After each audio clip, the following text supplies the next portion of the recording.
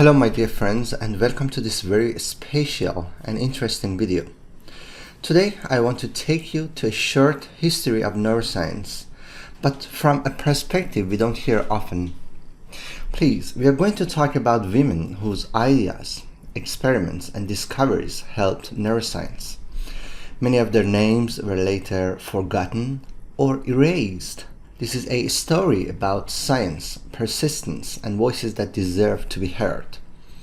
The shaded side of the history of neuroscience shows that women were part of this field from the very beginning, and they faced lots of barriers just to access higher education. Many of their contributions were recognized at the time.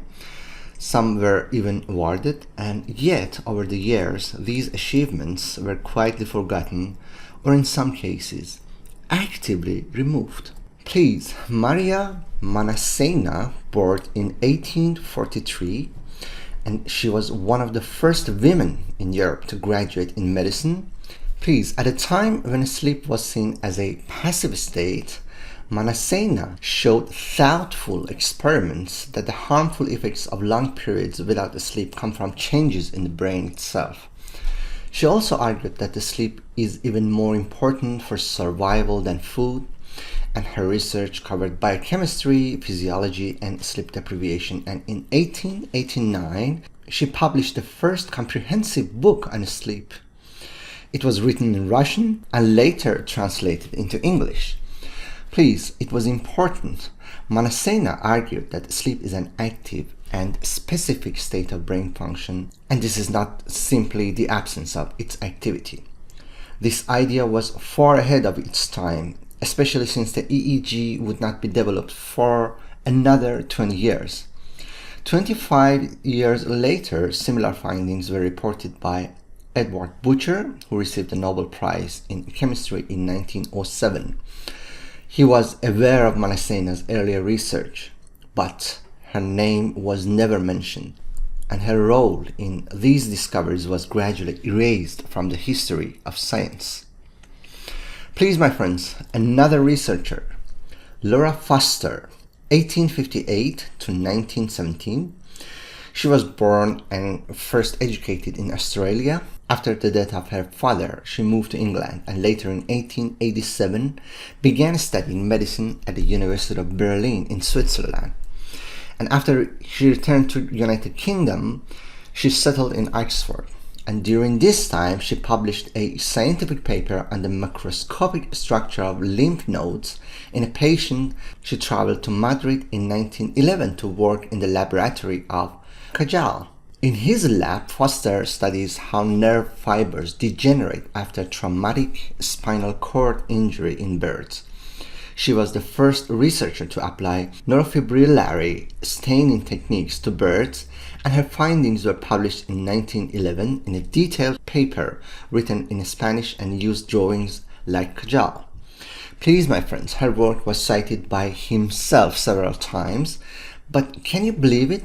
Despite this recognition, Foster's scientific career became to an abrupt end in 1912. It was the outbreak of the First Balkan War and led her to serve as a nurse because women were not allowed to work as doctors on the war front. She later also served during the First World War. Please, there is also much less is known about Manuela Serra, but her scientific contributions were no less remarkable. Although she was neither a medical doctor, she was not a senior researcher, Serra conducted detailed studies on the internal structure of ependymal cells and astrocytes in the frog spinal cord. In 1921, she published her work in the Journal of Cajal Laboratory and illustrated 10 detailed drawings. And in this paper, Serra reported for the first time the presence of macroglia in white matter, which she referred to as mesoglia. Women working in the Cajal school were usually admitted only as collaborators or independent researchers. They were positions that offered far less visibility and recognition than those held by male scientists in other countries. And please, despite these limitations, their findings played an important role in shaping the early moment of modern neuroscience. Augusta Marie Klumpke was one of the most accomplished neurologists of her time. She was born in 1959 in the United States to German parents. She grew up fluent in English, German, and French, which was a rare and powerful advantage in an era when scientific knowledge was scattered across multiple languages. At the beginning of the 20th century, research papers were still written in native languages, and this allowed Klumpke to move freely across international scientific communities long before English became the dominant language of the science. Her clinical work led to one of the most enduring contributions in neurology. She carefully described a specific form of paralysis affecting the lower part of this nerve network.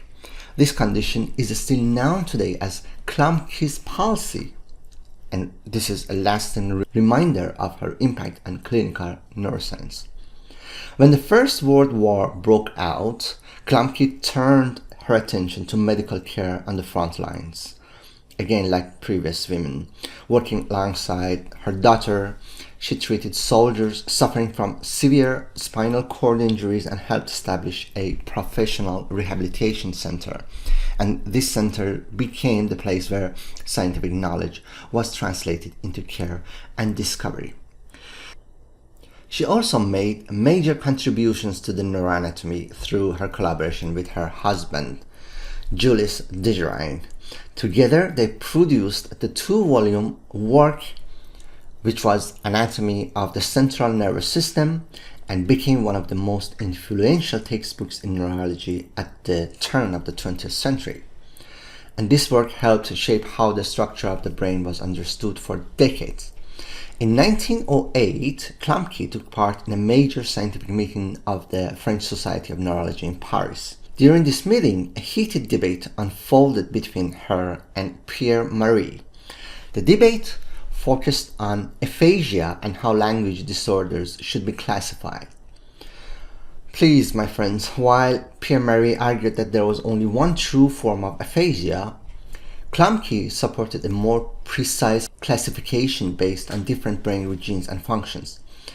And despite her scientific authority, Klumpke's career took a devastating turn after the death of her husband.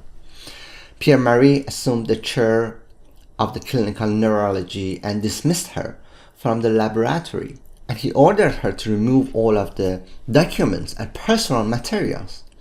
And in response, Klumpke and her daughter founded a foundation and dedicated that to preserving their scientific and clinical work.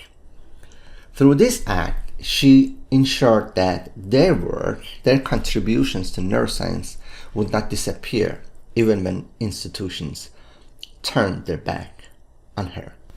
Please, my friends, Cécile Wagot was one of the first women to be admitted to medical school in Paris.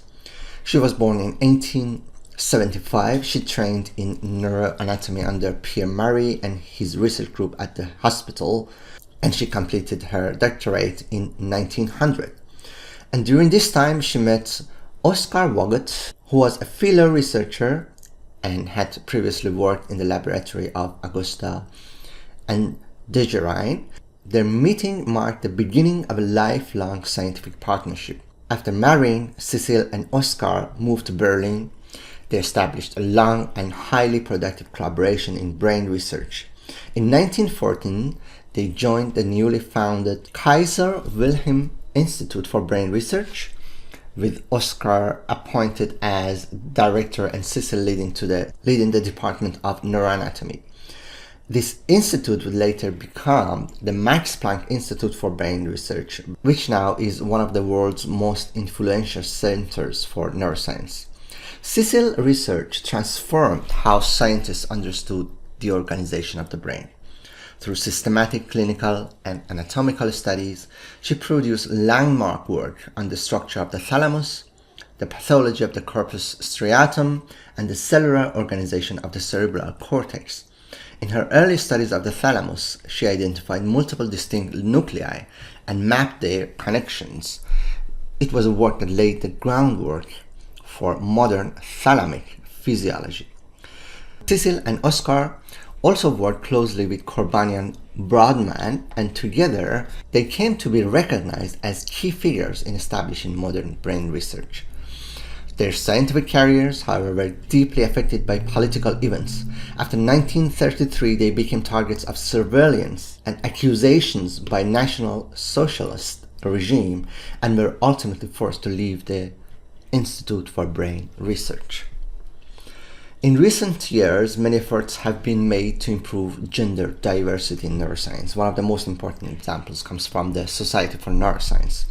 They created the Women in Neuroscience initiative in the 1980s, and this international initiative was designed to support women scientists, promote professional development, and raise awareness of gender bias within the field. But my friends, please, despite these efforts, women neuroscientists remain underrepresented in many areas. So when we look back at the history of neuroscience, it becomes clear that the problem was never a lack of talent, ideas, or scientific ability. The problem was visibility, access, and recognition. The stories you heard in this video remind us that science is shaped not only by discovery, but also by whose voices are remembered and whose are silenced. By remembering their work, we help create a future. In neuroscience, talents should be recognized regardless of gender, background, or circumstance. Thank you for watching, and if you found this video meaningful, I invite you to reflect on these stories, share them, and help keep these voices alive. Thank you.